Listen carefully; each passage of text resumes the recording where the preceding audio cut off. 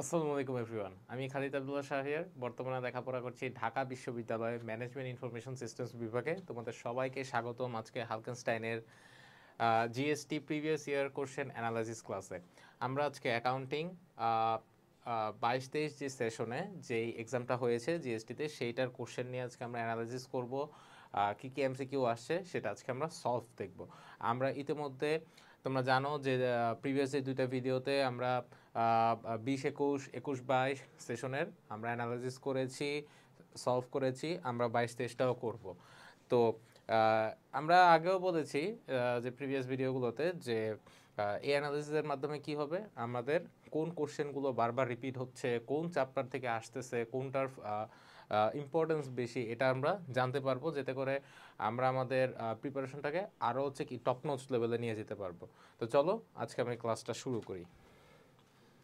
আচ্ছা, আগের মতোই তোমরা দেখে থাকবা যে প্রিভিয়াস দুইটা ভিডিওতে আমি একই কথা বলছিলাম যে আমাদের হচ্ছে কি বলে যেই কোন চ্যাপ্টার থেকে কোন বছর কি কি কোশ্চেন আসছে। হ্যাঁ, সো এটা হচ্ছে আমি অ্যানালাইসিস করে দিয়ে রাখছি।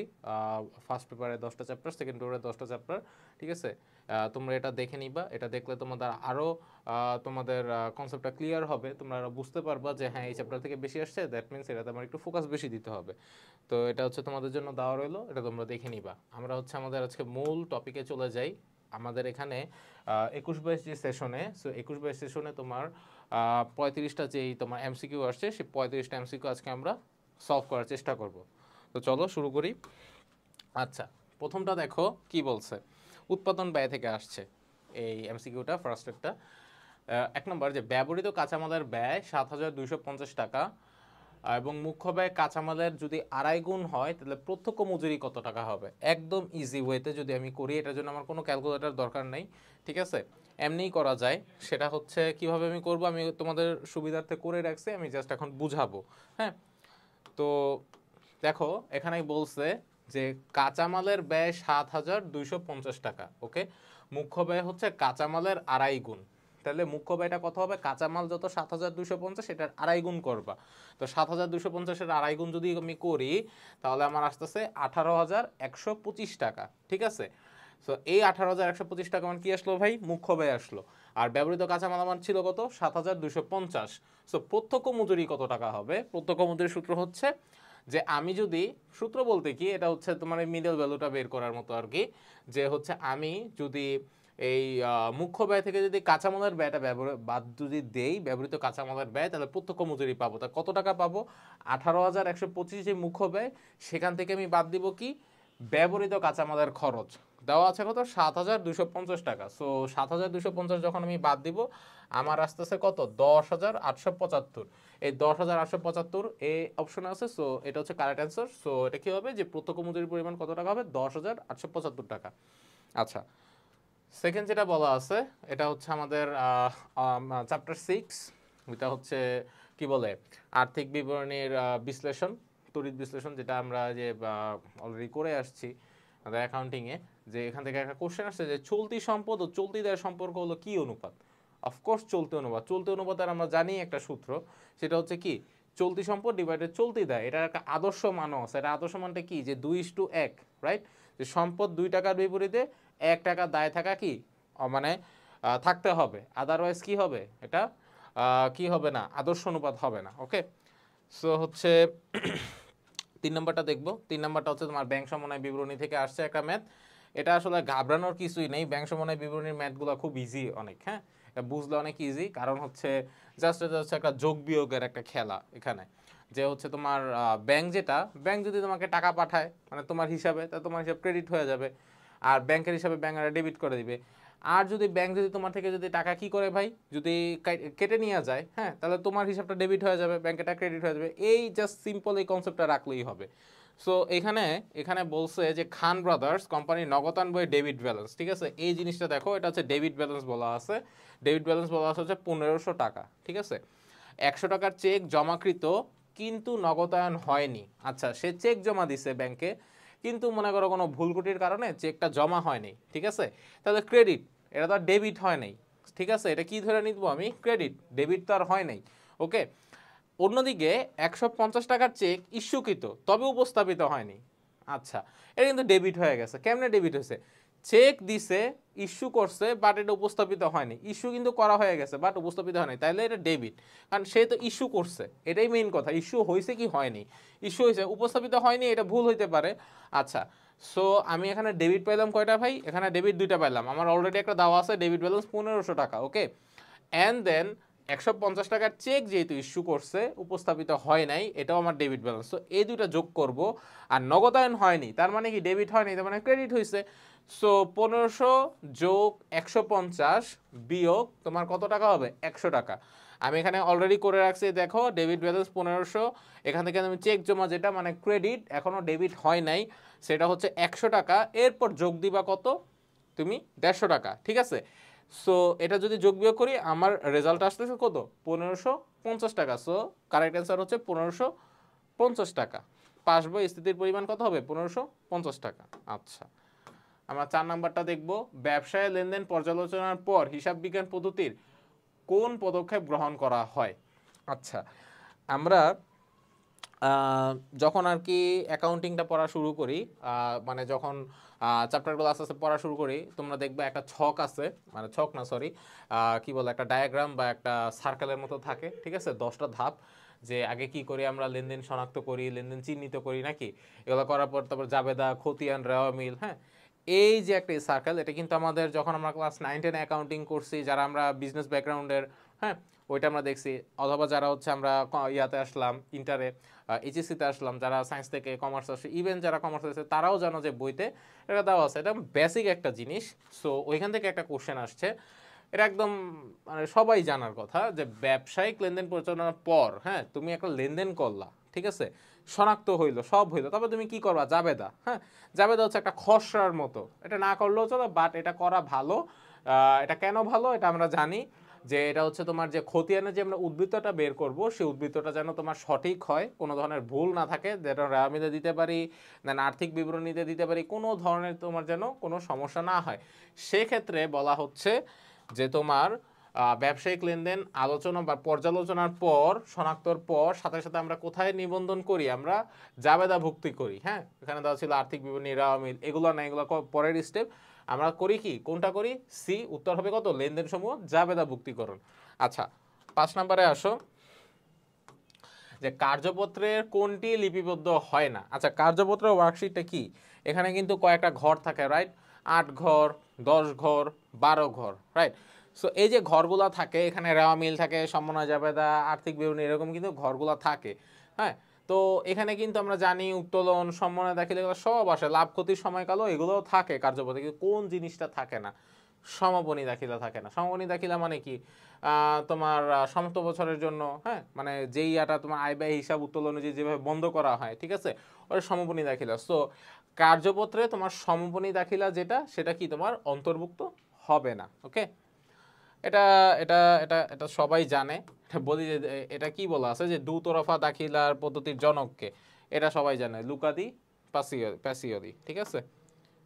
আচ্ছা, এটা দেখো, এটা একটা লিফো ফিফোর অঙ্ক। এটা হচ্ছে তোমাদের অধ্যায় 8, যেটা এটা হচ্ছে মজুদ পণ্য হিসাব রক্ষণ পদ্ধতি, রাইট?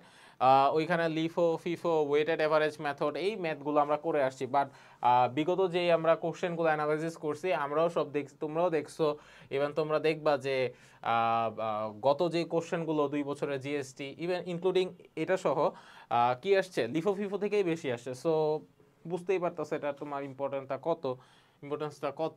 তো এটা কি বলছে একটু পড়ি, হ্যাঁ। বলছে 7 নম্বরে, যে বছর শেষে দেশ কর্পোরেশনের লিফো মজুদ হিসাব তোমার কত? 25,000 টাকা। প্রারম্ভিক লিফো মজুদ ছিল তোমার 20,000 টাকা। লিফো পদ্ধতিতে তোমার 1,97,000 টাকা তোমাদের বিক্রিত পণ্যের মূল্য হয়। ফিফো পদ্ধতিতে বিক্রয় মূল্য কত হবে? আচ্ছা, লিফো ফিফোর একটা সংমিশ্রণ এখানে দিয়ে দিছে, হ্যাঁ, last in first out, first in first out, কিন্তু কথা হচ্ছে কিন্তু একই নিয়ম, হ্যাঁ, খালি আগে পরের বিষয়টা এখানে আগে পরের বিষয় হয়েছে। এখানে কিভাবে করলাম আমি তোমাদের জন্য এখানে করে রাখছি অলরেডি। সেটা হচ্ছে যে লিফো মজুদ ছিল কত টাকা ভাই? 25,000 টাকা, ঠিক আছে। আচ্ছা, আর এখানে বলছে যে, আচ্ছা, লিফো মজুদ ছিল 25,000 টাকা, আর প্রারম্ভিক লিফো মজুদ ছিল কত ভাই? 20,000 টাকা। ওকে, লিফো পদ্ধতিতে বিক্রিত পণ্যের ব্যয় যদি এত হয়, ফিফোতে কত হবে বিক্রয় মূল্য? তো চুপচাপ আমরা এখানে কি করবো? আমাদের বিক্রিত পণ্যের মূল্যটা দেওয়া আছে, এটা আগে লিখবো। বিক্রিত পণ্যের মূল্য কত দেওয়া আছে? 1,97,500। ঠিক আছে।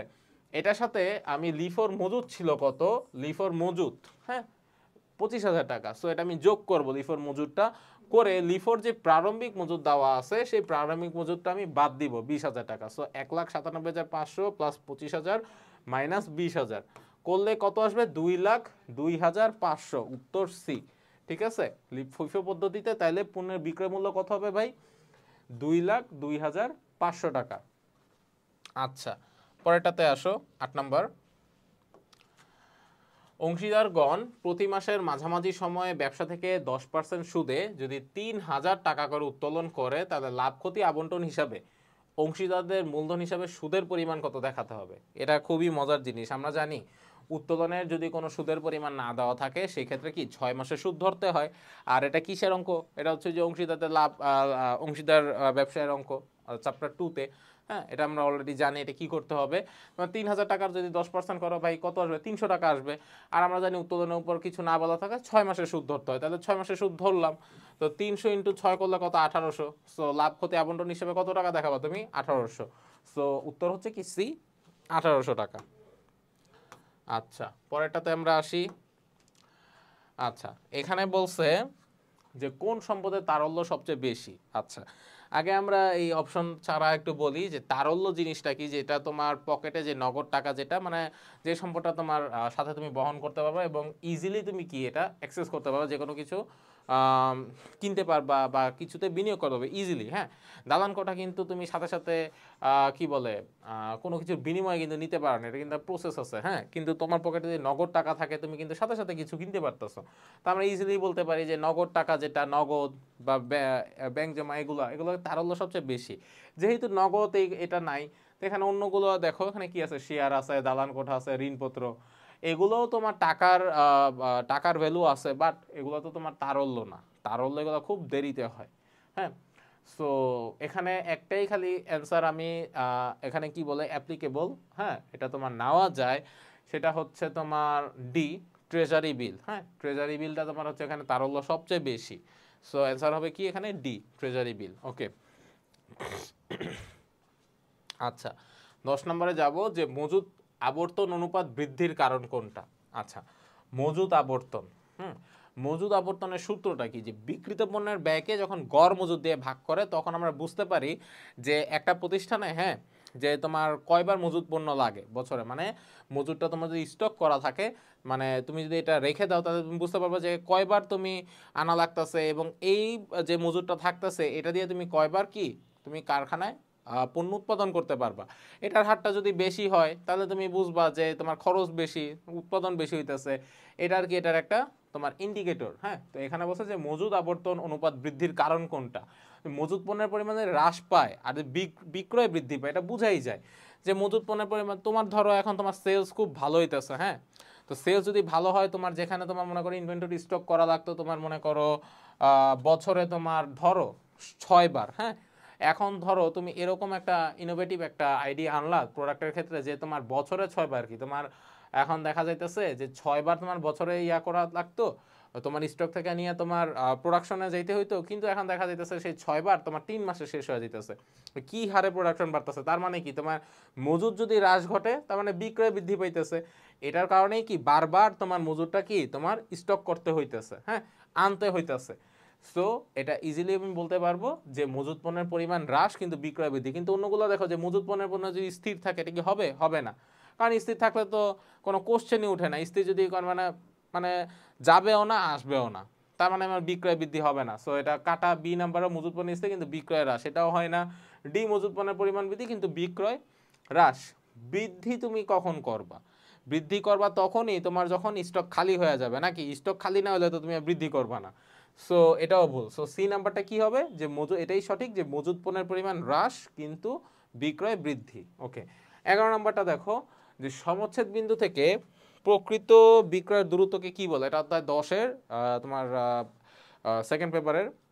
আমরা এটা জানি যে এটা কি হবে, নিরাপত্তা প্রান্ত। আচ্ছা নিরাপত্তা প্রান্ত জিনিসটা কি এটা আমরা একটু বলি এখানে। হ্যাঁ ধরো তুমি ফিক্স করলা যে তুমি ধরো তুমি সাবান কিছু একটা বিক্রি করবা, ধরো হ্যাঁ তুমি করলা যে আমি 500 একক আমি সেল করব, ঠিক আছে 500 একক আমি সেল করব, ঠিক আছে এখন কথা হচ্ছে 500 একক সেলের জায়গায় তুমি ধরো করলা তুমি 700 একক, কত একক ভাই বেশি করলা তুমি? 200 একক বেশি করলা, ঠিক আছে? এই যে সমচ্ছেদ বিন্দু থেকে যে এটা দূরত্বটা, হ্যাঁ, প্রকৃত বিক্রয়ের যে দূরত্বটা, এখান থেকে যে প্রকৃত বিক্রয়ের যে দূরত্বটা, প্রকৃত ছিল কোনটা, এটা বিক্রি করছে কত 700, মানে যে দূরত্বটা হয়েছে এটাই হচ্ছে এই যে 200 একক যেটা তোমার মানে আসলো, সেই 200 একক হচ্ছে তোমার কি নিরাপত্তা প্রান্ত। ওকে, নেক্সট স্লাইডে যাব। আচ্ছা, এখানে একটা ম্যাথ আছে, একদম ইজি একটা ইজি একটা ম্যাথ। সেটা হচ্ছে কি বলছে যে যদি উৎপাদন খরচের চেয়ে 25% বেশি বিক্রয় মূল্য নির্ধারণ করা হয় তাহলে মোট লাভের অনুপাত কত হবে? ঠিক আছে, মোট লাভের অনুপাত কত হবে? আচ্ছা, এই ম্যাথগুলো, হ্যাঁ, এটা পড়ার থেকে সবচেয়ে বেশি কথা মনে রাখা একটা জিনিস, একটা শর্ট একটা টেকনিক বলে। এখানে কি বলছে? বিক্রয় মূল্য বলছে না? বিক্রয় মূল্য তো বলছে নাকি? বিক্রয় মূল্য বলছে। বিক্রয় মানে বি, বি মানে কি বিয়োগ। ওকে, আচ্ছা, ওইটা আমরা একটাতে কইরা আসছিলাম অলরেডি, হ্যাঁ, ওইটা হচ্ছে ক্রয় মূল্য আর বিক্রয় মূল্যের একটা ইয়া ছিল। এখানে আমরা আমাদের মতো করে বুঝি। এখন বলছে যে তোমার মোট লাভের অনুপাত, যদি উৎপাদন খরচে যে 25% বেশি বিক্রয় মূল্য নির্ধারণ করা হয় তাহলে মোট লাভের অনুপাত কত হবে? আচ্ছা, এটা হচ্ছে ডি কত 20%। কিন্তু কিভাবে 20% হলো? দেখো, যেহেতু তোমাকে উৎপাদন খরচ বলছে, ক্রয়ের কথা আছে, সেহেতু আমার এটা যোগ হবে। বিক্রয় বললে এটা কি হইতো? বিয়োগ করতাম। আচ্ছা, এখানে কি হবে তাহলে 25। ওকে, 25 দিব উপরে, 25 ডিভাইডেড কত? 25 প্লাস 100 ইন্টু 100। ওকে, সো 25 আর 125 কত? এটা তুমি কাটাকাটি করো, 25 কত হবে? 20% হবে। এই 20% হচ্ছে তোমার কি মোট লাভের অনুপাত। এগুলো একটা তোমার স্ট্রাকচার, একটা ফরম্যাট দেওয়াই আছে তোমাদের টেক্সট বইতে, হ্যাঁ, ওইখানে তোমার বলা আছে যে ক্রয় মূল্যের উপর 20% হলে মোট লাভ কত, বিক্রয় মূল্য কত, বিক্রিত পণ্যের ব্যয় কত, মানে সব কিছু এরকম দেওয়া আছে। আচ্ছা, যখন অ্যানালাইসিস করতেছিলাম তোমাদের এই যে জিএসটি কোশ্চেনগুলো তোমাদের জন্য, তখন হচ্ছে এই কন্ট্রিবিউশন মার্জিন, তারপরে যে অংশীদারিত্ব, হ্যাঁ, এই সব চ্যাপ্টার থেকে অনেক বেশি ম্যাথ আসছে। সো এগুলোকে ফোকাস দিবা, এখান থেকে সামনেও আসতে পারে। আচ্ছা, এরপরটা কি হচ্ছে দেখো, ড্যাশ হচ্ছে পরিপূরক ভুলের প্রকৃতি। পরিপূরক ভুলের প্রকৃতি কি? রেওয়া মিলের চ্যাপ্টার থেকে একটা তোমার আসছে, একটা কনসেপচুয়াল একটা কোশ্চেন আসছে। কি হয়েছে এটা? এ দিছে, এ হচ্ছে তোমার সঠিক উত্তর, নিরপেক্ষীকরণ। আচ্ছা, নিরপেক্ষীকরণ মানে অডিট করা। হ্যাঁ, আমরা আগে জানি যে পরিপূরক ভুলটা কাকে বলে।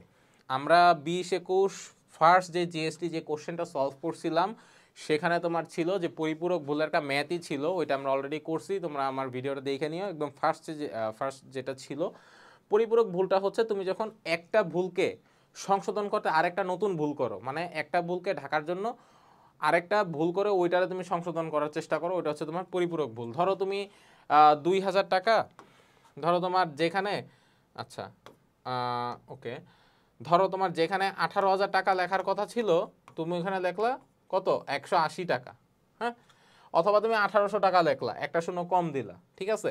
আর যেখানে তোমার 1800 টাকা কথা মানে লেখার কথা ছিল, ধরো রেওয়া মিলে, সেইখানে তুমি করলা কি বাবা? 18,000 টাকা লেখলা। এখন তোমার কিন্তু ভাই মানে কি বলে, রেওয়া মিল যখন করবা তোমার কিন্তু ডেবিট ক্রেডিট সমান হয়ে যাবে। কারণ তুমি তো একদিকে 1800 কম দিছো, একদিকে বেশি দিছো, ডেবিট ক্রেডিট তো সমান হবেই।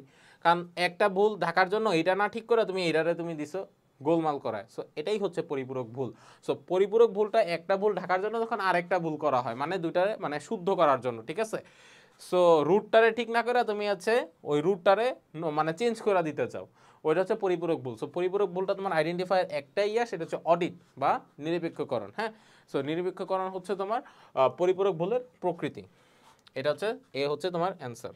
ওকে, এরপর হচ্ছে দেখো 14 নাম্বারটা বলা আছে যে গত অর্থ বছরে এবিসি কোম্পানির মোট আয়ের পরিমাণ 20,000 টাকা, স্থায়ী আমানতের আয়ের উপর সুদ 2,000 টাকা, মোট পরিচালন ব্যয় 5,000 টাকা, ঋণের সুদের পরিমাণ 1,000 টাকা, করের হার 30% হলে কর পরবর্তী মুনাফা কত?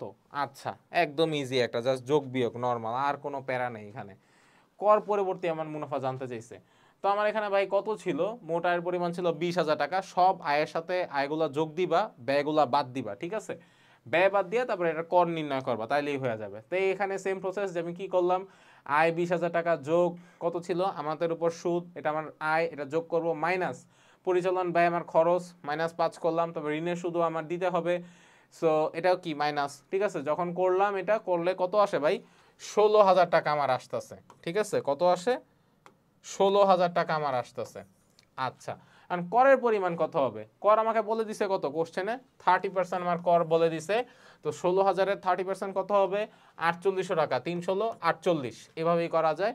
দেন কর পরবর্তী মুনাফা কত হবে, কর থেকে বাদ দাও তাহলেই তো হয়ে যায়। যে 16,000 থেকে আমার করের পরিমাণ ছিল কত 4,800, তো 16,000 থেকে 4,800 যদি বাদ দিই আমার থাকে কত 11,200। সো রাইট অ্যান্সার ইজ 11,200 টাকা, হ্যাঁ, আফটার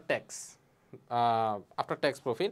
সো আচ্ছা, সো কর পরবর্তী মুনাফাটা কত আছে এখানে 11,200 টাকা, এটা হচ্ছে উত্তর। আচ্ছা, অবহারে শেয়ার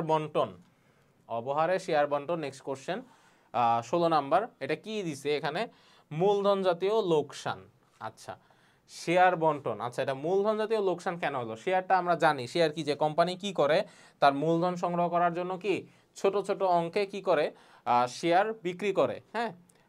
তারা কি করে, এই যে শেয়ার যে বিক্রি করে কখনো তারা অধিহারে বিক্রি করে, মানে যে ফেস ভ্যালুটা থাকে সেটা থেকে বেশিতে বিক্রি করে তাদের কি বলে কোম্পানির মূলধনটা তাড়াতাড়ি কালেক্ট করতে। আবার কোনো কোনো সময় আছে যে কোম্পানি মানে এত পারতেছে না, তার মূলধনও দরকার, তখন তারা কি করে অবহারে শেয়ার ইস্যু করে, তখন কি কম মানে লিখিত মূল্য থেকে কম মূল্য তারা শেয়ার ইস্যু করে। তো যেহেতু এটা মূলধন জাতীয় একটা সম্পর্ক, যেহেতু মূলধন কালেক্ট আমি করতেছি আমার কোম্পানিতে, সেই কারণে যেহেতু অবহার কম হার, সেই কারণে এটা কি আমার মূলধন জাতীয় লোকসান। মুনাফা জাতীয় কেন হবে না, মুনাফা তো তোমার 1 বছরের অধিক সুবিধা দেয় না, বিলম্বিত হবে না, বিলম্বিত মুনাফা মূলধন কিচ্ছু হবে না, উত্তর কি হবে এ, মূলধন জাতীয় লোকসান। ওকে, আচ্ছা তারপরে হচ্ছে 17 নাম্বার, পুরোটা একদম স্লাইড ভরে গেছে একদম ম্যাথে, হ্যাঁ ভয়ের কিছু নাই, সহজ আছে। আচ্ছা দেখো এখানে কি বলছে, অনুমোদিত মূলধনের সবচেয়ে মজার একটা অঙ্ক এটা, হ্যাঁ। অনুমোদিত মূলধন আছে তোমার কত এখানে 10 লক্ষ টাকা, তলবকৃত মূলধন আছে তোমার এখানে প্রায় 7 লাখ টাকা, অনাদায়ী মূলধন 20,000 টাকা, ঠিক আছে। হলে 12% হারে লভ্যাংশ ঘোষণা করলে লভ্যাংশের পরিমাণ কত হবে, একদম ইজি। এখানে তলবকৃত মূলধন এখানে আমার কত বলছে ভাই 7 লাখ টাকা, ওকে। তো এখন তুমি কি করবা, 12% মানে লভ্যাংশ বলে ঘোষণা করে দিছে, তো তলবকৃত মূলধনের আগে তুমি লভ্যাংশটা বের করো।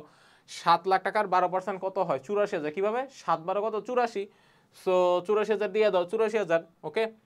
দেন হচ্ছে অনাদায়ী মূলধন কত, অনাদায়ী মূলধন দেওয়া আছে কত এখানে 1 2 3 4 20,000 টাকা, 20,000 টাকার 12% কত 12 দুগুণে 24, এই 2400 টাকা হচ্ছে তোমার অনাদায়ী মূলধন। আচ্ছা, সো এই 84,000 টাকা যেটা তলবকৃত থেকে অনাদায়ীটা বাদ দাও, বাদ দিলে কি হবে তোমার লভ্যাংশের পরিমাণ হবে। সো এই যে এখানে আমি করে দিছি লভ্যাংশের পরিমাণটা কত, যে 84,000 থেকে 2400 যে বাদ দাও 81,600 টাকা, যেটা হচ্ছে অপশন ডি তে, ঠিক আছে। এটা হচ্ছে রাইট অ্যান্সার, 81,600 টাকা হচ্ছে তোমার কি লভ্যাংশের পরিমাণ, ঠিক আছে। এখন আমরা যেটা দেখব সেটা হচ্ছে তোমার 18 নাম্বার, হ্যাঁ। এটা হচ্ছে তোমার মজুদ আবর্তন, ওই যে একটু আগে যেটা আমরা কনসেপচুয়াল বেস জেনে আসলাম যে মজুদ আবর্তনের যেটা বিক্রয় বৃদ্ধি, মজুদ পণ্যরা আসলে কি হয় মজুদ আবর্তনে, হ্যাঁ। এখন এটা আমরা আরো সুন্দর করে জানবো। আচ্ছা, এটা জানার আগে আমাদের সূত্রটা বলা নেই, যেটা বলছিলাম কি মজুদ আবর্তনের সূত্রটা কি, ফর্মুলা এটা তোমরা অলরেডি জানো, আবারও বলি, বিক্রিত পণ্যের ব্যয়কে গড় মজুদ দিয়ে ভাগ দিলেই বোঝা যায় মজুদ আবর্তন অনুপাতটা কত। আচ্ছা, এখানে আমার অলরেডি তোমার দিয়ে দিছে তোমার যে ইয়াগুলো মানে কি বলে ভ্যালুসগুলো আছে, যে নিট বিক্রয় কত বলা আছে এখানে 25,000 টাকা তোমার নিট বিক্রয় বলা আছে, ক্রয় মূল্যের উপর মুনাফা বলা আছে কত এখানে 25%, ঠিক আছে। প্রারম্ভিক মজুদ 30,000, সমাপনী মজুদ 2,000 টাকা হলে মজুদ পণ্য কত। আচ্ছা, তো আমার আগে গড় মজুদ বের করতে হবে, ঠিক আছে। দুইটা পার্ট না, বিক্রিত পণ্যের ব্যয়, এটা কি গড় মজুদ। গড় মজুদের সূত্রটা কি, গড় মজুদটা আমরা জানি হচ্ছে প্রারম্ভিক মজুদ যোগ সমাপনী মজুদ, ঠিক আছে। সো 30,000 যোগ 20,000 কত টাকা 50,000 টাকা, 50,000 টাকাকে তুমি 2 দিয়ে ভাগ দাও, কত হয় তোমার 25,000 টাকা হয়। অলরেডি আমরা এখানে করছি 25,000 টাকা তোমার গড় মজুদ, ওকে। এখন আমি যেটা করব মোট মুনাফা আমি বের করব, ঠিক আছে। আমার নিট বিক্রয় দেওয়া আছে আর বলছে ক্রয় মূল্যের উপর 25% মুনাফা, ক্রয় মূল্য বলছে তাইলে যোগ হবে, আর বিক্রয় বললে কি তো বিয়োগ হইতো, এটা আমরা অলরেডি জানি, এটা শর্ট টেকনিক জানার। সো মুনাফাটা কেমনে বের করবো, বলছে 25%, সো 25 ডিভাইডেড 25 প্লাস 100 মানে 125 × 100, এটা করলে কত 20%। তো এখন নিট বিক্রয়ের উপর কত ধরতে বলছে 25%, মানে ক্রয় মূল্যের উপর 25%। সো 2.5 লাখ টাকার যদি এই যে 20% যে মুনাফাটা আমি বের করছি, এটা যদি ধরো কত টাকা আসে 50,000 টাকা আসে, ঠিক আছে। এটা হচ্ছে তোমার মুনাফা। এখন বিক্রয় থেকে তুমি যদি মুনাফা বাদ দাও তাহলে তোমার কি বের হবে ভাই, এই যে বিক্রিত পণ্যের ব্যয়, বিক্রয় আছে কত এখানে 2.5 লক্ষ টাকা, ঠিক আছে।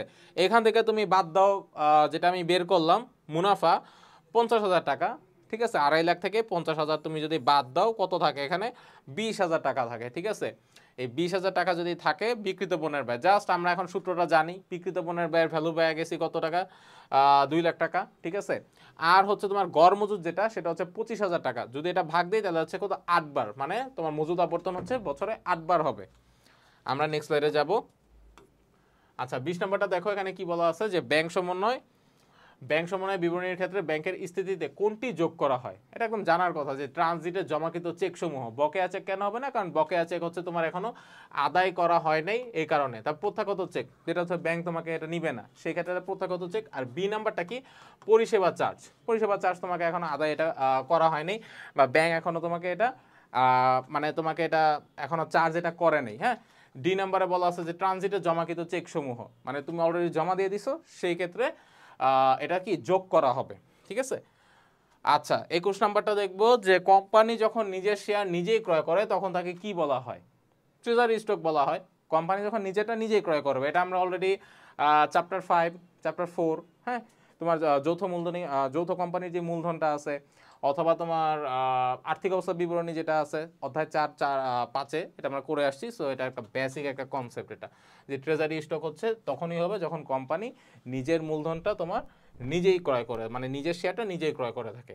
আচ্ছা 22 নাম্বারটা দেখো যে নিট বিক্রয় ও নিট মুনাফার পরিমাণ যথাক্রমে দেওয়া আছে তোমার 3,000 টাকা ও 6,000 টাকা হলে ক্রয় মূল্যের উপর মুনাফার হার কত।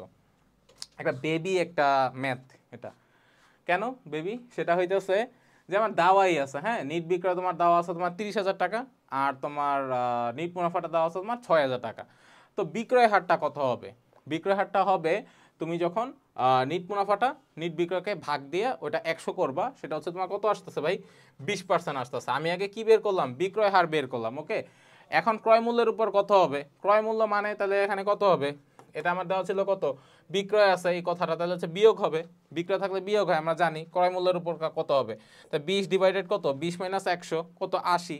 ওকে, তো 20 ডিভাইডেড 80, 4 20 80, সো 4 দিয়ে 100 গুণ দাও, মানে কাটাকাটি করো, কত হয়, 25 হয়। তাহলে আমি বলতে পারি যে ক্রয় মূল্যের উপর মুনাফার হার কত হবে, 25%। সো অ্যান্সার এটা কত হবে, অ্যান্সার হবে এ, 25%। আচ্ছা আমরা যাব 23 নম্বরে। আচ্ছা একটি ওষুধ উৎপাদনকারী কোম্পানি তোমার এটা কত আছে, 1 2 3 4 5 50 লক্ষ টাকা ওষুধ বিনামূল্যে নমুনা হিসেবে বিতরণ করে, চূড়ান্ত হিসাবে এটা কি হবে। আচ্ছা এটা আমরা 21-22 যে একটা সেশন জিএসটির অ্যাডমিশন টেস্টের ওইখানে একটা আসছিল, ম্যাট টার্মে না, ওইখানে তোমার আছে যে বিনামূল্যে বিজ্ঞাপন প্রদান, এটা কি হবে, জাবেদাটা কি, বিজ্ঞাপন ডেবিট ক্রয় ক্রেডিট। আচ্ছা এখন এটা হচ্ছে কথা হচ্ছে যে এটা বিনামূল্যে দেওয়া মানেই কিন্তু এরকম না যে এটা হচ্ছে এমনিই দিয়ে দিল, কিন্তু এটা হিসাব রাখবে না, এটা একদম ভুল কথা, হিসাব রাখতে হবে। কিন্তু ওষুধ উৎপাদনকারী, তাহলে এখানে কি হবে, চূড়ান্ত হিসাব প্রস্তুত করার সময় আমি কোথায় দেখাবো, আমি কারবার হিসাবে দেখাবো, আর আমি কোথায় দেখাবো, আমার লাভ ক্ষতি, এই দুই হিসাবেই আমি দেখাবো। ঠিক আছে, আচ্ছা 24 নাম্বারটা হচ্ছে যে অবিরত মজুদ পদ্ধতিতে ক্রয়কৃত পণ্য যদি ফেরত দিলে কোন হিসাবটি ক্রেডিট করতে হয়। আমরা জানি দুই পদ্ধতিতে করে আসছি, অবিরতকালীন, বাট অবিরততে যদি আমি কোনো কিছু ক্রয় করে যদি ফেরত দেই, ওইখানে হচ্ছে মজুদ পণ্য। ঠিক আছে, মজুদ পণ্য কথাটাই সবসময় আসে, আদারওয়াইজ ক্রয় করলে অন্য ইয়াটা আসতো, বাট অবিরত মজুদ পদ্ধতিতে ক্রয় করলে যে হিসাবটা ক্রেডিট করতে হয় সেটা হচ্ছে মজুদ পণ্য, নট অনলি ক্রয় ফেরত, পণ্য ক্রয় প্রদয় হিসাব, অনলি হবে সি, অ্যান্সার হবে কি সি, মজুদ পণ্য। কোনটি দায় নয়, এটা দেখেই বোঝা যাইতেছে, দায় কোনটা হবে না, অগ্রিম ব্যয় কি সম্পদ, আর্থিক অবস্থার বিবরণীতে আমরা কি করি, চলতি সম্পদের সাইডে অগ্রিম ব্যয়টা দেই, আর এখানে অনুপার্জিত আয় দায়, প্রদয় হিসাব দায়, প্রদয় ব্যয়, এগুলো সব দায়, বাট অগ্রিম ব্যয় হচ্ছে কি তোমার সম্পদ। ঠিক আছে, আচ্ছা চলতি মূলধনের অংশ নয় কোনটা, এগুলো সবই চলতি মূলধনের অংশ। চলতি সম্পদ চলতি দায় যেটা আমরা বলি, প্রাপ্য বিল চলতি সম্পদ, স্বল্পমেয়াদী ব্যাংক লোন চলতি দায়, প্রদয় লভ্যাংশ চলতি দায়, এগুলো পরে। হ্যাঁ, বাট গ্যাস লাইনের জন্য সিকিউরিটি যে জমা সেটা হচ্ছে তোমার কি চলতি মূলধনের অংশ নয়, কারণ তুমি গ্যাস লাইন নিতেছো, সিকিউরিটিজ মানে একটা তোমার পেমেন্ট করতে হইতেছে, তুমি তো এটার একবারে করতেছো, তাই না, এটা তো তুমি আর মাসে মাসে বা 1 বছরের সুবিধার জন্য না, অনেক দিনের জন্য একটা ব্লক করে রাখতেছো অ্যাকাউন্ট, মানে টাকাটা, এই জন্যই হচ্ছে এটা কি চলতি মূলধনের অংশ না, এটা স্থায়ী মূলধনের অংশ। আচ্ছা 27 নাম্বার, এটা হচ্ছে তোমার চ্যাপ্টার 2 থেকে একটা ম্যাথ আসছে, অংশীদারি, খুব সহজ। একটি অংশীদারি ব্যবসায় এ এবং বি দুজন অংশীদারের মধ্যে 7:3 অনুপাতে তারা লাভ ক্ষতি বন্টন করে, ঠিক আছে, ভালো কথা। এখন তারা চিন্তা করলো তারা একটা নতুন অংশীদারকে নিবে, এই ব্যক্তি হচ্ছে সি, ঠিক আছে। সো হচ্ছে এ হচ্ছে 1/7 এবং বি হচ্ছে 1/3 অংশ মুনাফা ত্যাগ করে, কারে দেওয়ার জন্য? সি রে দেওয়ার জন্য। তো তাদের নতুন মুনাফার অনুপাত কত হবে? একদম ইজি ওয়েতে আমরা চিন্তা করব। এ আর বি, ঠিক আছে, এ কত পাইছে? এর আগে ভাগটা ছিল কত ভাই? 7 ছিল, ওকে। আর বি এর ভাগটা কত ছিল? 3 ছিল। এটা আপাতত রাখো। এখন তারা সি কে নিছে, তো সি কে যদি তারা নেয়, তারা কোশ্চেনে বলাই আছে, তোমরা দেখো যে এ হচ্ছে কত, তার 1 ভাগ ত্যাগ করছে, হ্যাঁ। তো আগে তার কত ছিল? তার আগে ছিল তার হচ্ছে 7 ভাগ, হ্যাঁ। তো এখান থেকে যদি সে 1 ভাগ ত্যাগ করে তাহলে কত থাকবে? 7 থেকে 1 বিয়োগ দিলে 6। বি এর ক্ষেত্রেও একই, 1/3 অংশ সে মুনাফা ত্যাগ করে, তা বি এর আগে ছিল কত ভাই? 3, ওকে। তো ওইখান থেকে সে যদি 1 ত্যাগ করে তাহলে কত হবে? তার এখন আছে কত ভাগ? 2 ভাগ। তাহলে এ নতুন কত ভাগ আছে? এ নতুন আছে 6 ভাগ, বি এর নতুন আছে কত? 2 ভাগ, ওকে। আর তারা সি কে কত ভাগ দিছে? ওই যে ত্যাগ করছে সি কে, তারা কত দিল? এ দিল 1 ভাগ, বি দিল 1 ভাগ, তো এই দুইটা যোগ করলে কত? 2 ভাগ। সি এর নতুন এখন আছে কত? সি এর 2 ভাগ। তাহলে তাদের মুনাফার অনুপাতটা কত হবে? হ্যাঁ, 6:2:2, হ্যাঁ। তো এটাকে তুমি যদি ছোট করো, 2 দিয়ে ভাগ দাও, তাহলে 2 দিয়ে ভাগ দিলে এখানে কত হবে? 6 রে 2 দিয়ে কাটলে 3, এটা 1:1। তাহলে আমার উত্তরটা কত হবে? যে তাদের তিনজনের নতুন মুনাফার অনুপাত হবে 3:1:1, ঠিক আছে, অ্যান্সার এ। আচ্ছা, এখন আমরা 28 নম্বরে যাব। যদি একটি এটা আমরা অলরেডি কইরা আসছি, হ্যাঁ, 20-21 যেটা একদম ফার্স্ট যে জিএসটি অ্যাডমিশন টেস্ট, দেখছো কোশ্চেন রিপিট হয়েছে, তার মানে এটা গুরুত্বটা কত, দেখছো, অ্যানালাইসিস করলে এটা আসলে বোঝা যায়, হ্যাঁ, যে কি টাইপের ম্যাথ আসতে পারে বা একদম হুবহু এসে পড়ে। সো এটাই হচ্ছে একটা তোমার প্লাস পয়েন্ট, হ্যাঁ, তোমার বোনাস পয়েন্ট, তোমার কি বলে, তোমার প্রিপারেশনটাকে আরও টপ নোটস লেভেলে নিয়ে যায়, একটা কম্পিটিটিভ অ্যাডভান্টেজ তুমি গেইন করো এই ধরনের অ্যানালাইসিসগুলো যদি করো।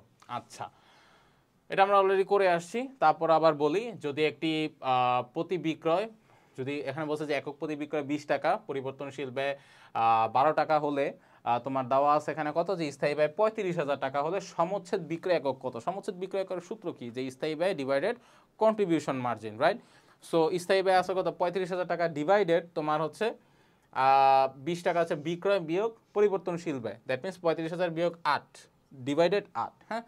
এটা যদি করো তাহলে 4,375 একক। এই 4,375 একক হচ্ছে তোমার সমচ্ছেদ বিক্রয় একক, ঠিক আছে। আচ্ছা, দেন তারপর হচ্ছে 29, কোনটি বিলম্বিত মুনাফা জাতীয় খরচ? হ্যাঁ, মানে যেই খরচটা তোমার অনেক বছর ধরে থাকবে, মানে তুমি আস্তে আস্তে করে দিবা, ওইটাই তো বিলম্বিত নাকি? এটাই তো কনসেপ্ট। তো অবচয় না, অবচয় অবশ্যই বিলম্বিত না, অবলোপ না, প্রাথমিক না, অগ্রিম প্রদত্ত ভাড়া। অগ্রিম প্রদত্ত ভাড়া হচ্ছে কি? তোমার বিলম্বিত মুনাফা জাতীয় খরচ। অ্যান্সার হচ্ছে ডি। এই দেখো আরেকটা কোশ্চেন রিপিট হয়েছে 20-21-এর, এটা আমরা করে আসছিলাম, একই একদম হুবহু জিনিস, যে মূল মজুরি 12,000 টাকা, ওভারটাইম স্বাভাবিক মজুরির দ্বিগুণ ও স্বাভাবিক কর্মঘণ্টা 200 ঘন্টা হলে ওভারটাইম মজুরির হার কত? তা আমার মূল মজুরি দেওয়া আছে ভাই কত টাকা? 12,000 টাকা। 12,000-রে তুমি একদম 200 দিয়ে ভাগ দিয়ে দাও মোট কর্মঘণ্টা দিয়ে, তাহলে কত হয় তোমার? 60 হয়। এই 60-কে যেহেতু ওভারটাইম স্বাভাবিক মজুরি ছিল তোমার দ্বিগুণ, হ্যাঁ, 60 × 2 যদি করো কত হবে তোমার? 120। সো এই 120 হচ্ছে তোমার কি? ওভারটাইম মজুরির হার, ওকে। আচ্ছা, দেন হচ্ছে বিপরীত সম্পত্তি কি ধরনের জের তোমার প্রকাশ করে? বিপরীত সম্পত্তি অলওয়েজ ক্রেডিট জের প্রকাশ করে। ধরো কি বলে, সম্পদ যদি হয়, হ্যাঁ, সম্পদকে অলওয়েজ তোমার ডেবিট জের প্রকাশ করে, ঠিক আছে। তোমার হচ্ছে নগদান হিসাব, দালান কোঠা, জমি, এগুলো তোমার হচ্ছে কি সবসময় তোমার ডেবিট জের প্রকাশ করে। কিন্তু এখন যদি এটা তোমার যদি ধরো ক্রেডিট হয়, কোনো সম্পদ নষ্ট হয় বা কিছু হয়, ক্রেডিট হবে। সো ক্রেডিট বলতে আমি কি বুঝবো? যে বিপরীত সম্পত্তি কি ধরনের জের প্রকাশ করে? ক্রেডিট জের প্রকাশ করে। অ্যান্সার হবে সি, ওকে। আচ্ছা, 32, ড্যাশ হলো পরিবহন শিল্পের জন্য সবচেয়ে উপযোগী পদ্ধতি কোনটা? সেবা প্রদান ব্যয়। কিভাবে বুঝবো এটা? এটা একটু বুঝাই, সেটা হচ্ছে সেবার সাথে রিলেটেড। আচ্ছা, একটু দেখো, পরিচালন ব্যয়, প্রক্রিয়া ব্যয়, জব ব্যয়। আচ্ছা, আমরা ম্যানেজমেন্টে একটা ম্যানেজমেন্ট কি, আমরা একটা জিনিস জানি যে ব্যবসায় তোমার 3টা ভাগ। কি কি? তোমার শিল্প, বাণিজ্য, সেবা, ওকে। সো শিল্পর মধ্যে কি সেবা পড়ে, মানে সরি, শিল্পর যে বিষয়টা, পরিবহন শিল্পের জন্য শিল্প কি তোমার জেনারেট করে, হ্যাঁ, তোমার মানে কি বলে কাঁচামাল থেকে তুমি যখন একটা কাঁচামালকে তুমি সংগ্রহ করবা, ওইটাকে প্রস্তুত করবা, প্রস্তুতের সাথে অনেক কিছু তোমার জড়িত থাকবে, হ্যাঁ, ওইখান থেকেই তো তোমার কি হয়, একটা প্রোডাক্ট হয়। তারপরে হচ্ছে এটাই তো শিল্প, মানে জেনারেট করে। আর সেবাটা কি? সেবাটা হচ্ছে যে তুমি ইনটেনজিবল বেনিফিট বা অস্পর্শনীয়, হ্যাঁ, যেটা তুমি নিচ্ছ, হ্যাঁ, কিন্তু তুমি এটা চোখে দেখতেছো না, যেমন হচ্ছে ডক্টরের কাছে যাচ্ছ, দেন হচ্ছে চুল কাটতেছো, বারবার আমাদের চুল কাটতেছে, এগুলোই তো সেবা প্রদান। আর বাণিজ্যটা কি, যেটা হচ্ছে ক্রয় বিক্রয় রিলেটেড, হ্যাঁ, ক্রয় বিক্রয় রিলেটেড হচ্ছে কি হবে, মুনাফা অর্জনের জন্য, সব কিছুই মুনাফা অর্জনের জন্য একটু ভাগ আছে এখানে। সো আমরা আর্থিক অবস্থার বিবরণী তো এটাও করে আসছি যে সেবা প্রদান প্রতিষ্ঠানের জন্য এক ধরনের আর্থিক বিবরণী করতে হয়, মানে এক ধাপ বিশিষ্ট, আর তোমার কারবারি প্রতিষ্ঠানের ক্ষেত্রে কি বহু ধাপ বিশিষ্ট। সো বহু ধাপে আমরা জানি কি ব্যয়ের বিভিন্ন ভাগ আছে, পরিচালন ব্যয়, অপরিচালন ব্যয়, আয় ব্যয়, এগুলো। কিন্তু সেবা প্রদানকারী প্রতিষ্ঠানের ক্ষেত্রে কোনটা? একটাই, সব আয়গুলো একসাথে, সব ব্যয়গুলো একসাথে। সো এইটার থেকে আমরা পুরো বুঝতে পারি, যেহেতু এখানে শিল্প রিলেটেড কিছু বলছে, শিল্প হোক বা সেবা হোক, সো এটা কি হবে যে সেবা প্রদান ব্যয় হচ্ছে পরিবহন শিল্পের জন্য সবচেয়ে উপযোগী পদ্ধতি, নট অনলি আদার্স অপশনস। আচ্ছা, পরেরটা কি, এটা সবার জানার কথা। পরেরটা বলছে Bangladesh public limited company share ইস্যুর ক্ষেত্রে কোন কর্তৃপক্ষের নিকট তাদের দায়বদ্ধ থাকতে হয় বা আদেশপত্র নিতে হয়? এটা কি? বিএসইসি বা সিকিউরিটি এক্সচেঞ্জ কমিশন, হ্যাঁ, সিকিউরিটিজ এক্সচেঞ্জ কমিশন। ওকে, সি হচ্ছে তোমার রাইট অ্যান্সার। আচ্ছা, তারপর হচ্ছে লাস্টের দিকে এসে পড়ছি, একটা ম্যাথ দেওয়া আছে, যদি একটি গাড়ির বর্তমান মূল্য তোমার কত 1 লক্ষ টাকা হয় এবং 5 বছর পর গাড়িটির ভগ্নাবশেষ মূল্য কত 20,000 টাকা হয়, তাহলে মাসিক অবচয়ের পরিমাণ কত হবে? একদম ইজি ওয়েতে আমরা করব যে 1 লক্ষ টাকাকে আমি জাস্ট কি করব ভাই, যে এখানে কি বলছে তোমার অবচয়টা বের করতে হবে। অবচয় কেমনে বের করবো? ক্রয় মূল্য থেকে ভগ্নাবশেষটা বাদ দিয়ে দাও, 1 লাখ থেকে 20 বাদ দিয়ে দাও, তা কত থাকবে? তখন 80,000 টাকা থাকবে। তো এটা বার্ষিক অবচয় এখন বের করো, কত বলা আছে এখানে? 5 বছরের কথা এখানে বলা আছে। তাহলে 80কে যদি 5 দিয়ে যদি ভাগ করি, বার্ষিক অবচয় কত বের হবে? 16,000 টাকা তোমার বার্ষিক অবচয় বের হবে, ঠিক আছে। দেন আমি মাসিক অবচয় আমাকে বলছে, তাহলে মাসিক অবচয়ের পরিমাণ কত হবে? মাস কত? 12টা। তো 16,000কে 12 দিয়ে যদি ভাগ দাও, তাহলে এই ভ্যালুটা আসবে 1333.33, 1333.33 টাকা। এই যে অ্যান্সার বি, এটা হচ্ছে অ্যান্সার, 1333.33 টাকা, ঠিক আছে। আজকে আমাদের লাস্ট 35 নাম্বার, এটা জিএসটির। এটা কি দেওয়া আছে যে অংশীদারদের মধ্যে অংশীদারিত্ব চুক্তিনামা না থাকলে তাদের প্রাপ্যতা কোনটি? তাদের প্রাপ্যতা কোনটি অংশীদার? আচ্ছা, সেটা হচ্ছে অংশীদারি ব্যবসাটা কি, তোমার একটা চুক্তির ব্যবসা, হ্যাঁ, চুক্তির মানে ব্যতিরিকে তোমার কোনো কিছু তোমার মানে তারা করতে পারবে না, করলেই তোমার শেষ, অংশীদারি ব্যবসা বিলোপ সাধন করবে, হ্যাঁ, মানে এটা রান করবে না। কিন্তু একটা জিনিস সবাই হচ্ছে এখান থেকে রিবেট পায়, মুক্তি পায়, সেটা হচ্ছে ঋণের উপর সুদ। এটা না বলা থাকলেও এটা তাদের মানে পে করতেই হবে। এটা খুব ইম্পর্টেন্ট একটা জিনিস, যে অংশীদারদের মধ্যে অংশীদারি চুক্তিনামা না থাকলে তাদের প্রাপ্যতা কোনটি, মানে তারা পাবেই, হ্যাঁ, কাউকে ঋণ দিলেও ওটা সুদ তারা পাবে, এটা না থাকলেও পাবে। কমিশন যেটা বেতন ভাতা, এগুলো তো তোমার সব according to the deed they have to maintain it, হ্যাঁ, ওইটা বলাই থাকে ওইখানে ডিড অনুসারে। কিন্তু ঋণের উপর সুদ এটা কিছুই না, এটা তো দিতেই হবে। এই জন্য হচ্ছে চুক্তিনামায় না থাকলেও কোনটা প্রদান করতে হবে? ঋণের উপর সুদ, ঠিক আছে। আচ্ছা, তো এই ছিল আমাদের জিএসটির তোমার 22-23 সেশনের অ্যাকাউন্টিং, যে তোমার প্রিভিয়াস ইয়ার কোশ্চেন অ্যানালাইসিসটা। আশা করি তোমরা এটা সবাই বুঝতে পারছো। তোমাদের যে কাজ, এই যে অ্যানালাইসিস যেগুলো আমি করে দিছি একদম ফার্স্ট স্লাইডে, যে কোন চ্যাপ্টার থেকে কোনটা আসছে, তোমরা এটা ভালো করে দেখবা, প্রিপারেশন নিবা, হ্যাঁ। আর আমার যে প্রিভিয়াস ভিডিওগুলো আছে এই প্লে লিস্টে, তোমার ফার্স্ট 20, 21, 21, 22 ওইগুলো তোমরা দেখবা। আর যদি তোমরা যদি কোশ্চেনগুলোতে ভালো করে অ্যানালাইসিস করো, তোমরা যদি বুঝতে পারো যে কোন চ্যাপ্টার থেকে বেশি আসে বা কোনটার গুরুত্ব বেশি, তাহলে কিন্তু তোমাদের প্রিপারেশনটা কিন্তু আরও এক ধাপ কিন্তু আগায় যাবে, হ্যাঁ, তোমাদের কিন্তু ভালো কিছু একটা অপেক্ষা করবে। সো এই পর্যন্তই, তোমাদের জন্য শুভকামনা রইল। জিএসটিতে তোমাদের ভালো কিছু হোক। সামনে নতুন কোনো ভিডিও নিয়ে আবার দেখা হবে। আজকে এই পর্যন্তই, আল্লাহ হাফিজ।